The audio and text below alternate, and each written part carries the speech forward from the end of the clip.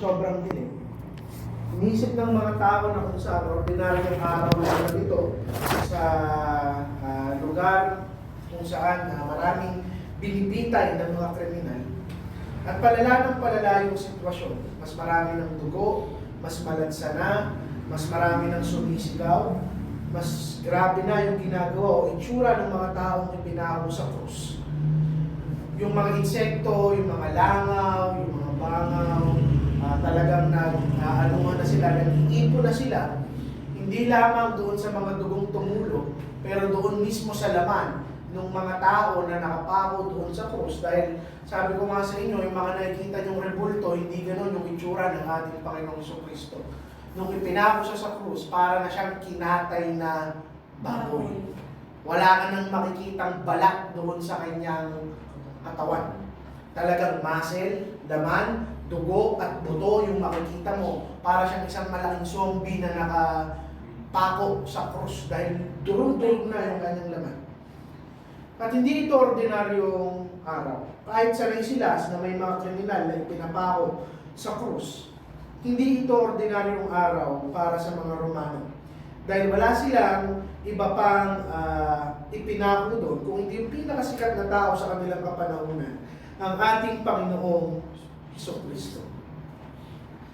Yung unang 3 oras ng araw na yun, walang problema. Masaya sila na pinaparusahan ng ating Panginoon. Pagkatapos doon, kung maaalala nyo, nagkaroon ng 3 oras ng kadiliman. Nung tinalikuran ng kanyang ama, ang ating Panginoong Jesucristo.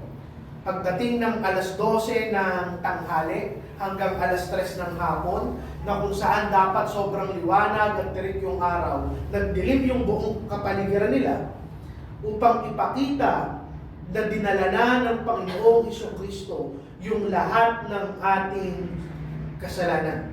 At hindi ito ordinaryong kadiliman. Wala rin akong explanation scientifically kung paano ito nangyayari. Sinasabi ng iba, eclipse daw. Pero yung eclipse tumatagal lang ng 7 to 10 minutes. Pero ito 3 oras na nagdilim, na para bang sinasabi ng araw na hindi niya makita yung tagapaglikha niya, hindi niya magawang tignan yung tagapaglikha niya, na pinaparusahan at dinadala yung karumihan. Sa bawat paghinga dito ng ating Panginoon, pahina na siya ng pahina. At dito niya sinabi, it is finished. Kung maalala nyo, nung huling buwan, ito yung ating inaral. Tetelestai. At ngayon, sa huling hininga ng ating Panginoon, isinigaw niya, Father, into thy hands I commend my spirit. This is the last word ng ating Panginoon. Walang ibang nag-record nito kung hindi si Luke. Sa Luke 23:44-46, yung ating binasa. Pero yung buong nakalagay ito, Father, into thy hands I commend my spirit. At pagkatapos nun, sabi doon, and having said thus, he gave up the ghost. Imayin natin yung mga salitang binanggit ng ating Panginoon. Yung huling salita niya, yung huling sentence niya, ang sabi doon, Father, aking Ama. Ito yung paboritong titulo ng Panginoong Jesucristo na itawag sa Diyos Ama sa langit, Father, aking Ama. Ipinapakita niya yung napaka-intimate na relasyon niya sa kanyang tatay. Na bago pa maglikha ang lahat ng bagay, bago pa magkaroon ng langit at ng lupa, ng mga halaman, ng hayop at ng tao, anak na siya ng kanyang Ama. For eternity, siya ay anak ng kanyang Ama. Tandaan nyo na yung unang lumabas na salita sa kanyang bibig nung ipinako siya sa krus, Father. Ano yun? Father? Ano yung unang salita ng Panginoon? Father, forgive them for they do not know what they are doing. Huwag niyong kalimutan. 7 buwan nating inaalala yung huling salita niya, ang kanyang kamatayan. Huwag niyong kalimutan. Ang sabi niya, Father, aking Ama.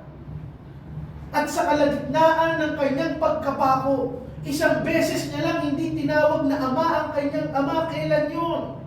Nung nagdilim na ng alas 12, anong tawag niya? Hindi na Father, my God, why have you forsaken me? Hindi na siya, doon lang sa oras na yon, tumigil yung pagiging mag-ama ng Diyos Ama at ng Diyos Anak ng ating Panginoong Hesukristo nung oras na yon, nung dinala niya yung kasalanan ng lahat ng mga mananampalataya. Pero ngayon, tapos na. Inaral natin, ano yung sabi niya? It is finished. Tapos na, binuhat ko na yung kasalanan ng mundo. Binayaran ko na yung kasalanan ng mga mananampalataya. Once again, I can call you my Father. Pwede niya na ulit tawaging Ama ang kanyang Ama. Tapos na, the God forsaken by God. Tapos na siyang talikuran ng kanyang Ama. Anak na siya ulit. Ang sarap isipin sa persona ng Panginoong Hesukristo na mamamatay siya, na nabayaran niya ng buo yung ating mga kasalanan. Mamamatay siya na natupad niya yung pangako niya sa kanyang Ama. Mamamatay siya na binuhat niya yung lahat ng ating karumihan. At pagkatapos ng lahat ng bagay na yun, what comfort it is for Christ na pwede niya ulit sabihin yung salitang Father. Pero hindi lang yun. Anong sabi niya? Into your hands. Into thy hands. Nilalagay ko yung sarili ko sa persona ng ating Panginoon. Gaano kasarap na pagkatapos kong pagdaanan yung lahat ng bagay na ito, hahawakan ako ng kamay ng aking Ama. Into thy hands.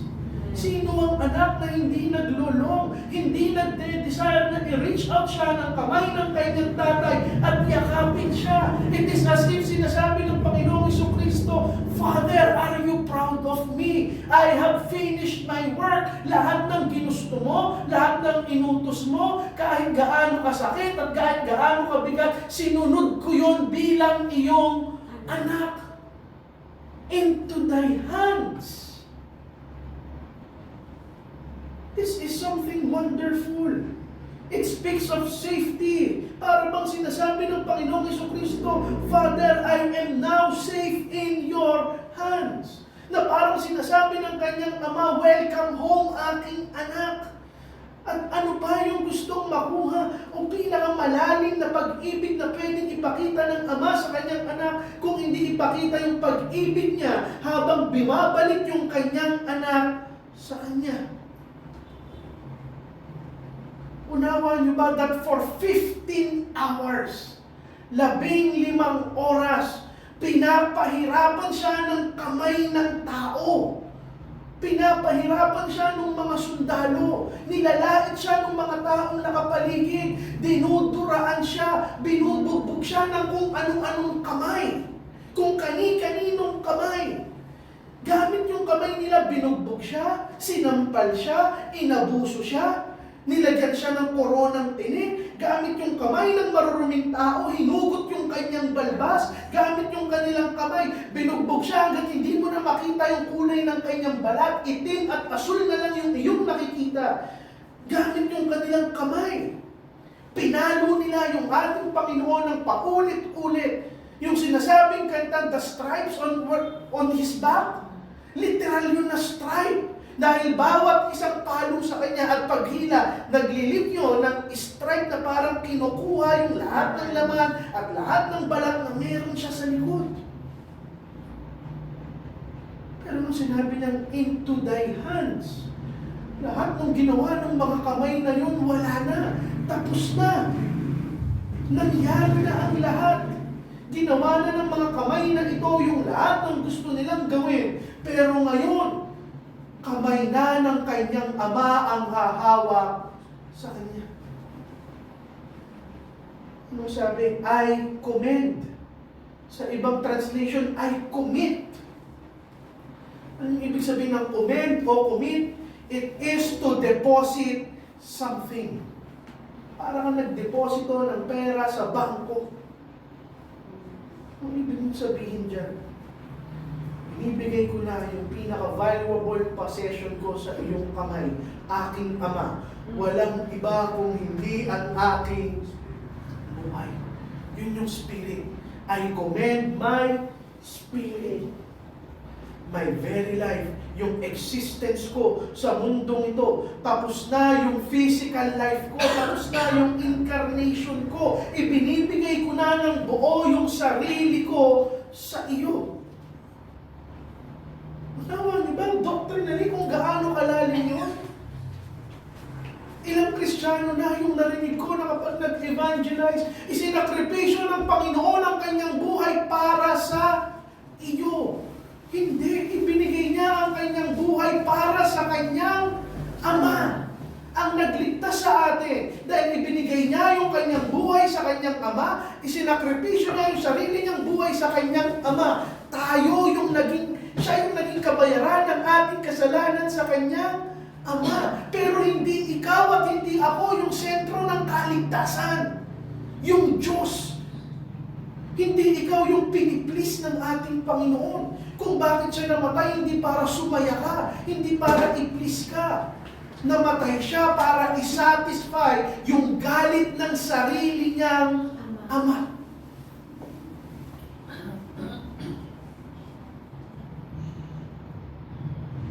Alam niyo siguro, hindi familiar sa atin yung salitang, into thy hands I commend my spirit. Pero actually, quote lamang yan ang Panginoon sa Psalms 31 verse 5. Ang idinagdag niya lang yung salitang Father. At alam nyo, yung Psalms 31 verse 5, itinuturo yan ng mga Hudyong nanay sa kanilang mga anak. At bago sila matulog, nire-recite nila yan, into thy hands I commend my spirit. Isa ito sa mga unang scripture na matututunan ng mga Hudyong bata sa kanilang kapanahunan. Nakita niyo yung kagandahan na habang nandun siya sa krus, para siyang isang bata. Yung puso niya na parang isang bata, na kung ano yung tinuro sa kanya ni Maria nung bata siya, sasabihin niya sa tatay niya sa langit, Father, into thy hands I commend my spirit.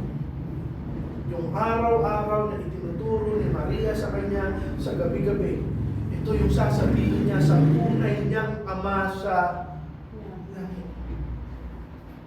In the end na kung saan wala na siyang lakas, in the end na kung saan tortured na yung kanyang katawan, in the end na hindi mo na makikilala na tao pala yung nakapako doon sa krus ng Kalbaryo, na hindi mo na alam kung anong tumatakbo sa isip ng Panginoong Hesukristo sa sobrang sakit na kanyang nararamdaman.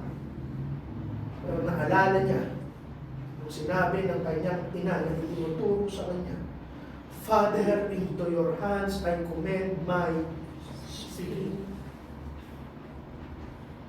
At segue lang ako. Dahil ako bilang Ama. Sometimes I wonder if my children pay any attention when we recite the scripture.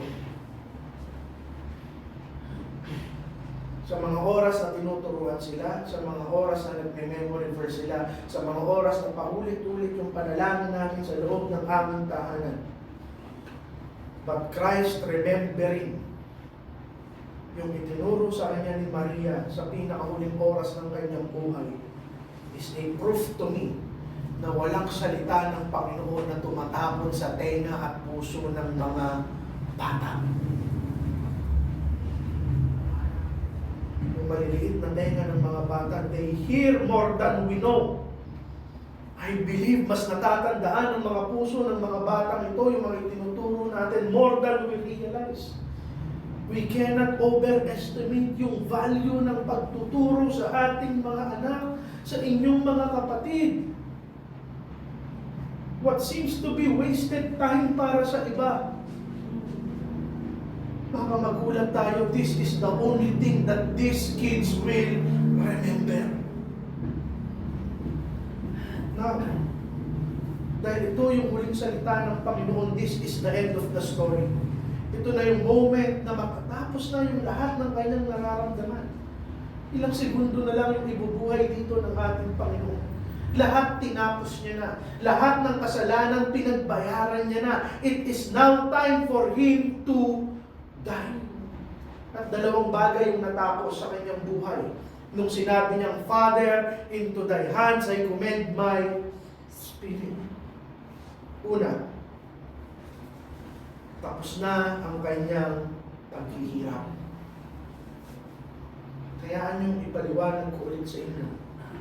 Yung lahat ng dinanas ng Panginoong Jesucristo upang maunawaan nyo kung gaano kalala yung kasalanan ko at kasalanan nyo at bakit na kailangan maranasan to. The pain is unbearable.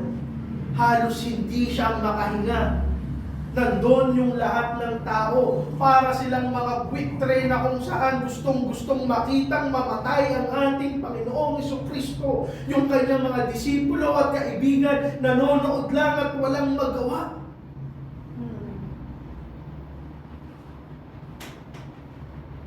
The Son of God is about to die. At alam niyo kung ano yung itsura ng crucifixion niya? Let me explain. There is a Roman practice of flogging. Pag sinabi natin flogging, meron silang mga malalaking pamalo at paulit-ulit nilang hahampasin yung likod ng isang kriminal. At hindi kriminal ang Panginoon, pero binansagan siyang kriminal para sa iyo. At habang pinapalo nila yung likod ng biktima, yung likod ng kriminal, ng malakas, yung kanilang mga pamalo, malaking stick, na merong bola doon sa dulo.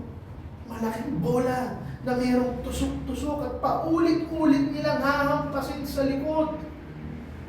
At habang tinutuloy nila yung flogging, yung paghampas nila, palalim ng palalim yung mga sugat. To the point na kung saan ang makikita mo na lang, hindi na naman kung hindi yung mga buto sa likod at ribs ng taong pinapahirapan. Pero hindi doon natapos, meron silang proseso ng scourging. Ano yung pinagkaiba nun sa flogging? Pagkatapos nilang hampasin ng bakal na may tusok, gumawa sila ng isang mahabang sinturon na makapal at nilalagyan nila yon ng mga ngipin, tinig, buto ng mga hayop. At sinisigurado nila na kapag pinalo at paghinila, kasama yung laman at balat ng tao. Yung sinasabi natin, my stripes were on his back. Literal yun na stripe. Namalo na kayo ng bata ng sinturon. Pag namalo ka ng sinturon, anong nangyayari sa puwet? Merong stripe. Pero yun, bakat lang. Yung stripe doon, kaya yung bakit nag-stripe, pagpalo ng sinturon ng stripe, kung ano yung shape ng sinturon na mahaba na pa-stripe, yun din yung laman at balat na matatanggal.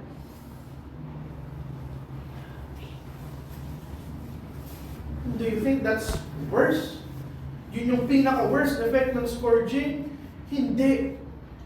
Ang pinakamatindi yung after effect na pagkatapos matanggal yung laman at yung balat, yung intense pain, yung pagkaubos ng dugo, bago pa ipako yung Panginoong Jesucristo sa krus ng Kalbaryo, halos patay na siya. He was in a pre-shock state. Shock na yung buong katawan niya by the physical and mental abuse na ginagawa ng mga Hudyo at Romano. Dagdagan mo pa na hindi pa siya kumakain, hindi siya natulog, wala siyang iniinom na tubig. Halos patay na yung ating Panginoon bago pa siya ipako. At habang ginagawa yun, ano yung binubuhat niya? 125 pound na krus. Ilang kilo ang 125 pounds? 60 kilos. Lahat may ginagawa sabay-sabay sa Panginoon. Tamang ginagawa yung kukutsain ka, tuturaan ka, sisipain ka, sasampalin ka, uhugutin yung balbas mo. Can't imagine na kailangan ito pagdaanan ng aking Diyos para sa akin.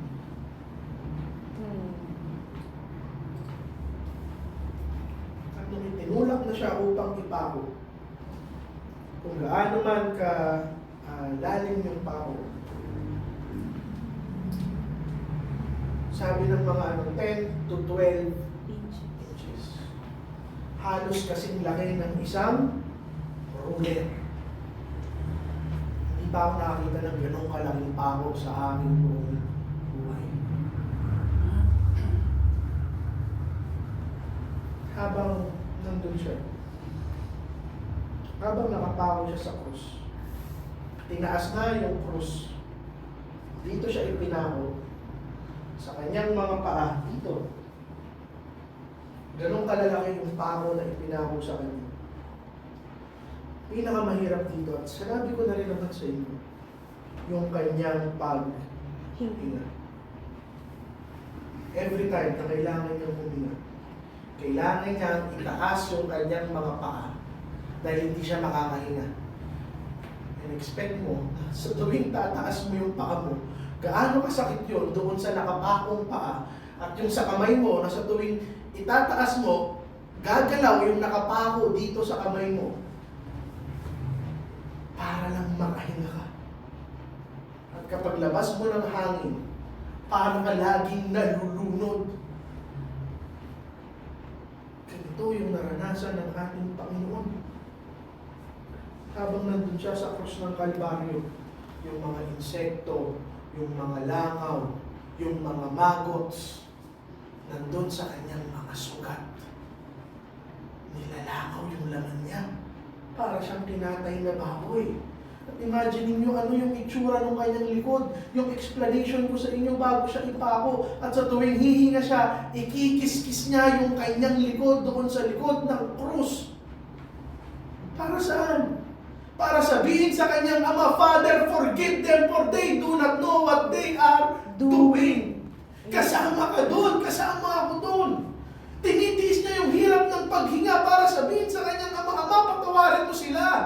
Hindi nila alam yung ginagawa nila. Maawa ka sa kanila, ating Ama. I cannot imagine na bakit na kailangan tiisin yun upang ipakiusap yung buhay ko at kaluluwa ko sa kanyang Ama. And what I cannot take ay kung paano laitin ng mga tao yung aking Panginoon throughout the pain na kanyang nararanasan. Na hindi pa siya namamatay. Nagsusugay na yung mga sundalo kung sino yung kukuha ng damit ng ating Panginoong Jesucristo. Gaano ka-insulto yun? And 7 times, Jesus spoke on the cross. And each speech kailangan niyang gawin yung ipinaliwanag ko sa inyo. Only one question is left unresolved. Sa lahat ng sinabi kong medical at physical at scientific explanation na naranasan ng katawan ng ating Panginoon, kung tatanungin ko kayo, paano siya namatay? Charles. Sa tingin ng paano ang kinamatay niya? Kawalan ng dugo, pagod, worry.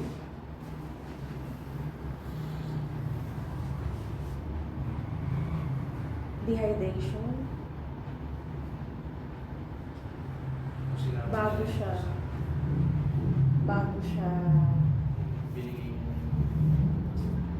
He gave up the ghost. Hindi tao ang pumatay sa ating Panginoon Jesucristo. Ibinigay niya ang kanyang sarili sa kanyang Ama. Dahil pinagbayaran niya na ang ating mga kasalanan. Jesus Christ voluntarily gave up His life. Hindi hawak ng kamatayan ang buhay ng ating Panginoon Jesucristo. He is God above all. Siya ang may kontrol ng kamatayan. Siya ang may kontrol ng sarili niyang buhay. He was arrested. He was tried like a common criminal. Binugbog siya. Lahat ng pwedeng gawin sa kanya, ginawa na. Pero hindi tao ang kikitil sa buhay ng ating Panginoong Jesucristo. Binigay niya ang kanyang sarili sa kanyang Ama para sa iyo. At ano yung patunay ko? John 10:17 to 18. The reason my Father loves me is that I lay down my life only to take it up again. No one takes it from me, but I lay it down of my own accord. I have the authority to lay it down and authority to take it up again. At nag-aalay dito sa sinabi ng Matthew sa kanyang account. The moment ng kamatayan ng ating Panginoong Jesucristo, ang yung account ni Matthew, Jesus dismissed His Spirit. Walang kumitil at kumuha ng buhay ng ating Panginoong Jesucristo against His will. Ibinigay lamang niya yung kanyang buhay to the very end dahil bayad na yung kasalanan mo at kasalanan ko. Alam niya na oras lang para mamatay. Hindi siya takot mamatay. Namatay siya na tinapos niya yung mission niya sa mundong to. Namatay siya na walang galit o bitterness sa kanyang puso. Namatay siya that he is in complete control ng kanyang kaisipan, ng kanyang senses, ng kanyang sitwasyon. At namatay siya na alam niya kung saan siya pupunta. Sa kamay ng kanyang Ama. No. Kamatayan ng ating Panginoong Jesucristo. Modelo ito sa kung paano dapat mamatay ang isang Kristiyano. Hindi tayo takot. Maraming tao takot ang mamatay. Ramdam nila na habang palapit ako ng palapit, natatakot ako. Natatakot ako. Pagsisisihan ko ba yung buhay ko? Marami ba akong babalikan? Saan ako pupunta? Pero sa isang Kristiyano, wala tayong takot. Because we know na yung kamatayan, pintuan lamang yan papunta sa ating Ama. Sana balang araw kaya nating sabihin na kapag nakahimlay na tayo at bilang na yung hininga natin, kaya nating sabihin, Father, into Thine hands I commend my spirit. Pati ito yung buhay ng isang Kristiyano. Ito ang pagiging isang tunay na Kristiyano. Sa pag-alala mo sa kamatayan ng Panginoon, ito yung magdadala sa iyo ng katotohanan na hindi ko kailangan matakot sa sarili kong kamatayan. Pero hanggat hindi ka pa sigurado na anak ka ng Panginoon at Ama mo ang ating Panginoon, matakot ka. Yung Panginoong Jesucristo, namatay siya na parang natutulog sa kamay ng kanyang Ama. Pagod, masakit ang katawan, pero nandyan yung kanyang Ama upang buhatin siya at higa siya sa kanyang kama.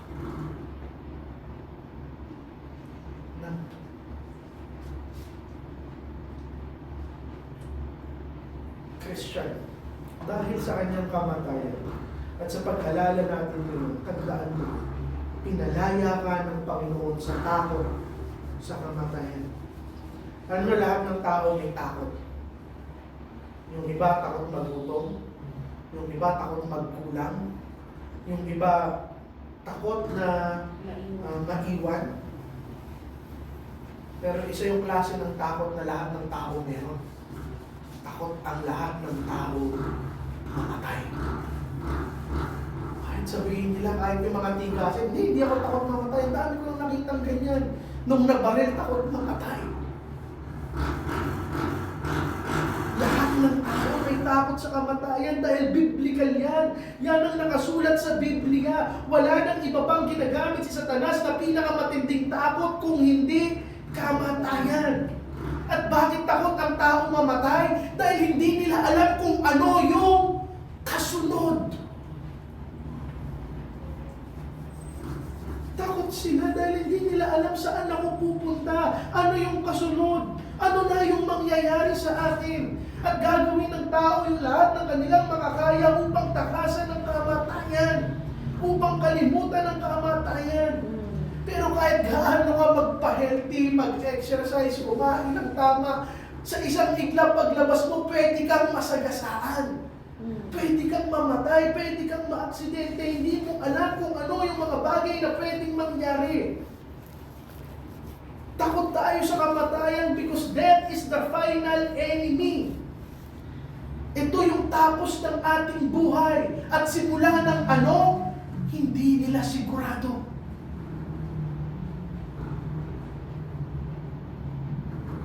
Therefore, they are afraid. Pero ngayon, yung sinasabi ng Panginoon, fear not, for I have conquered death. Tinalo ng Panginoong Jesucristo ang kamatayan, nandun siya. Namatay siya katulad natin. Pero muli siyang nabuhay. Wala pang ibang Diyos na nakagawa nun. Si Buddha,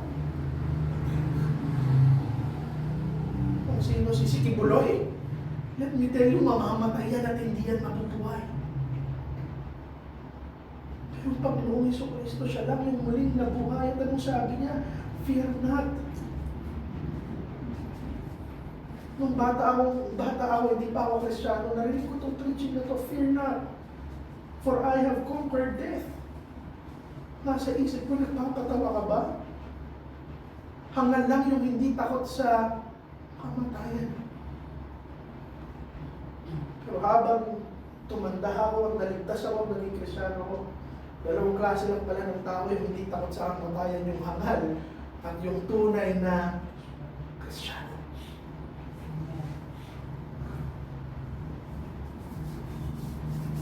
Sino yung may hawak ng kapangyarihan ng kamatayan? Si Satanas. Death belongs to Satan. Sa kanya yan. Gagamitin niya yan. Before Satan was, death was not. At kapag wala na si Satanas, wala na rin yung kamatayan. Pero makikita mo na kung saan ipinakita ng Panginoong Jesucristo sa mukha ni Satanas. Death has no power over me. Walang kapangyarihan sa akin ng kamatayan. Bakit? Hanggat nandyan yung kamatayan, Satan can use, ay gamitin yung takot sa kamatayan to keep us in chain para kontrolin yung tao. Pero binago yung lahat ng ating Panginoong Jesucristo. Kahit naman sa tribulation, anong ipagtatakot sa iyo ni Satanas? Kamatayan. Pero binago yun ng ating Panginoon, hindi mo na kailangan pang matakot. Mamatay ako, mamatay akong mahirap, mamatay akong mayaman, mamatay akong masaya o malungkot, I don't care. Mamamatay ako sa piling ng kamay ng aking Ama.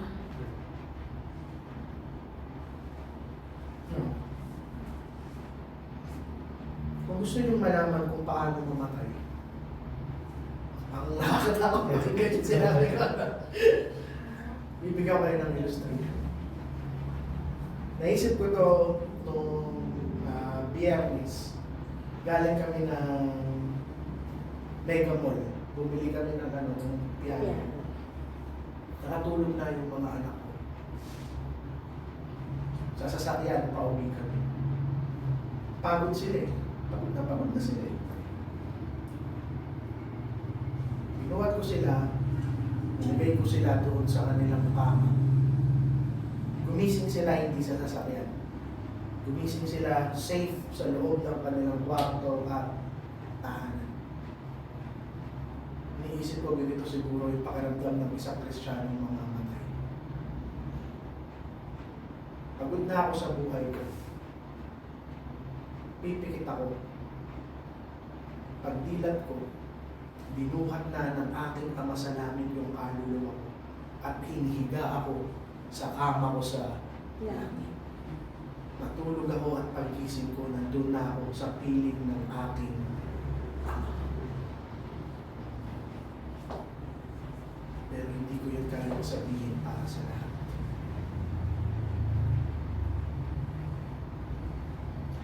Dahil totoo rin, sa mga taong walang tunay na relasyon sa ating Panginoon, hindi ganito yung kanilang maranasan. Sana maunawaan ng tao gaano kapalad maging isang tunay na Christian. Na hindi sa pastor, hindi sa pare, hindi sa santo nakaasa, kung hindi sa Ama niya na bubuhat sa kanya balang araw at ihihiga siya.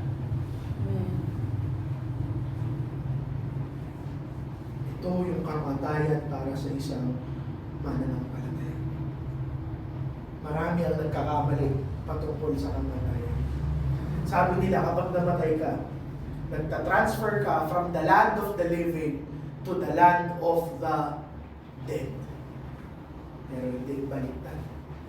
Itong mundong ito, this is the land of the dead. Dahil lahat ng tao dito mamamatay. Yung mga tunay na mananampalataya lamang yung kapag namatay, pupunta sa lugar ng mga buhay. Dahil ito yung nakakatakot, hindi lang isang beses pwedeng mamatay ang isang tao. Kung bakit tayo nagtuturo, kung bakit natin sila binabahagian, kung bakit gusto ko siguraduhin yung kaligtasan ng mga miyembro sa loob ng iglesia nito. Dahil kung wala kang relasyon sa ating Panginoon at hindi mo patanggap yung kaligtasan na nanggagaling sa Kanya, mamamatay ka ngayon at pagkatapos nung mamatay, eternal ka ulit, papatayin paulit-ulit, hindi ni Satanas, kung hindi mismo ng Diyos na sinasabi mong kilala mo. Hindi si Satanas ang nag-ahari sa impyerno. Hindi napupunta sa purgatorio ang mga kaluluwa. Yung mga kaluluwang walang Diyos sa kanilang buhay. Mamamatay silang sinusunog panghabang buhay sa impyerno. Walang hanggang kamatayan. Kapatid, unawa mo ba ngayon kung ano yung pwedeng mangyari sa iyo pagkatapos ng mamatay? So, pag-alala natin ngayon, Santa Cena, sa ginawa ng Panginoong Jesucristo, magpasalamat ka na wala nang hawak sa iyo ang kamatayan. Hindi dahil mabuti ka, hindi dahil mabait ka, hindi dahil pastor ka, walang hawak sa iyo kamatayan.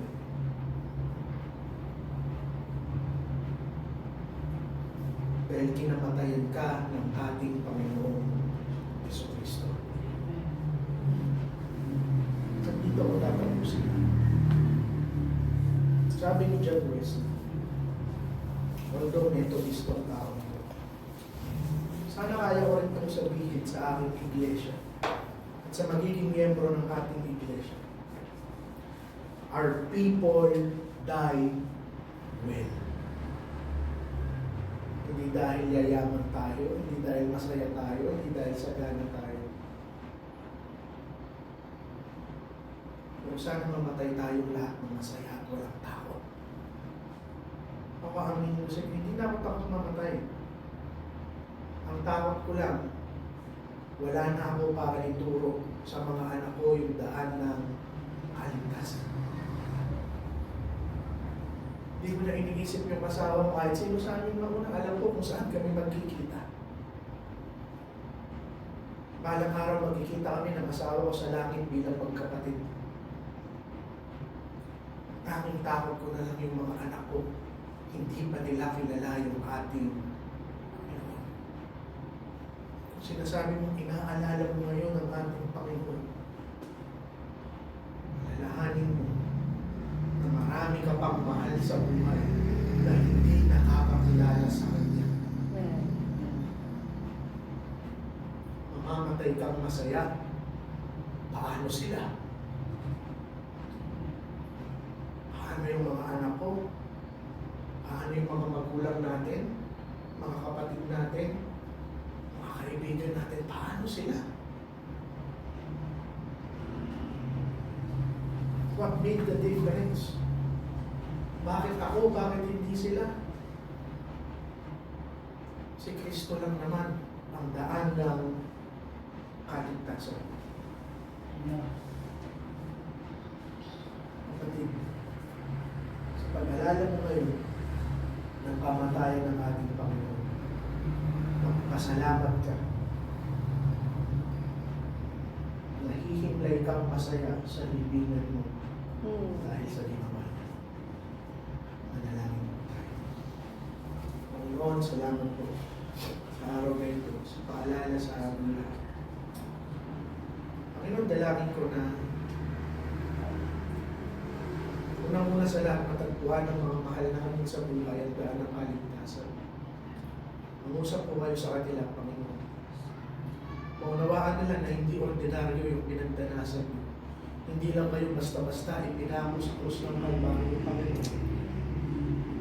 Nahirapan kayo, na-insulto kayo, pinupog kayo, Panginoon.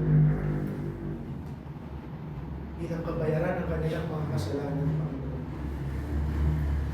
Dalangin ko na matagpuan nila kayo, tunay silang manampalataya at maniwala sa inyong Panginoon. Wala na kami ibaghilit pa kung hindi makasama sila sa langit, Panginoon. Hawaan niyo ang aking mga anak, ang mga batang nandito, ang aming mga kapatid, mga magulang, at sila, Panginoon. Tigit sa lahat, Panginoon, sa pag-alala namin sa inyo, nagpapapuri kami at nagbibigay pasasalamat na hindi na namin kailangan pang matakot sa kamatayan, Panginoon. Nabubuhatin niyo kami at kaya namin sabihin, into thine hands, we commend our spirits. Salamat, Panginoon, sa pagpapaalala niyo. Ito lamang ang aming dalangin sa matamis na pangalan ng aming Panginoon sa Kristo. Bilang paghahanda po sa ating Santa Cena, umawit po muna tayo.